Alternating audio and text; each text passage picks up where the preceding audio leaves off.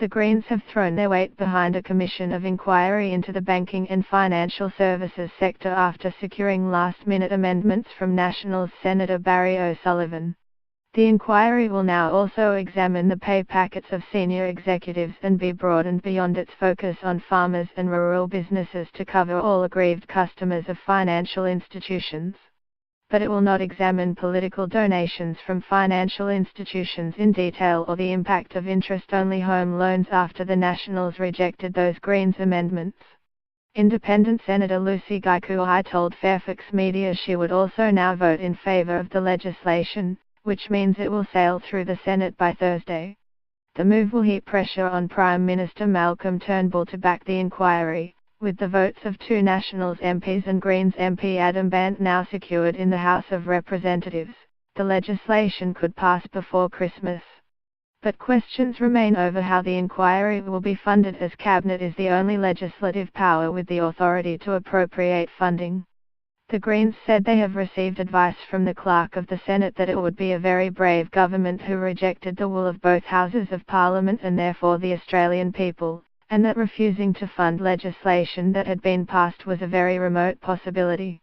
Greens leader Richard Di Natale and Treasury spokesman Peter Whish-Wilson told the country's financial institutions to prepare for an inquiry. There are only two options: this legislation passes both Houses of Parliament or the Prime Minister announces a royal commission, said Senator Di Natale.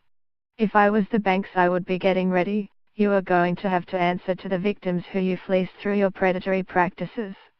My message to every bank CEO across the country is, it's coming fast. You are going to have to answer to the victims that you have preyed on for so long. The Commission of Inquiry would have the same powers as a royal commission, but report to Parliament, not Cabinet. Senator O'Sullivan, who will introduce the bill on Wednesday, has offered Mr. Turnbull the opportunity to take over the terms of reference and swing behind the legislation. Mr. Turnbull has repeatedly refused his advances. In a letter sent out to Senate colleagues, Senator O'Sullivan said the inquiry will drive significant cultural change in the sector. I am now confident we have developed a solid working document that can achieve this objective, he said. Senator Peter Whish-Wilson said the inquiry, which will make it an offence to fail to attend and give evidence under oath, was necessary to bring financial executives to account beyond the power of conventional Senate hearings. It will have the ability to refer matters to the Director of Public Prosecutions, followed by criminal prosecutions. We need a commission of inquiry, not just the dog and pony show of the CEOs, but the middle management that have been directly involved in 6 or 7 scandals, he said.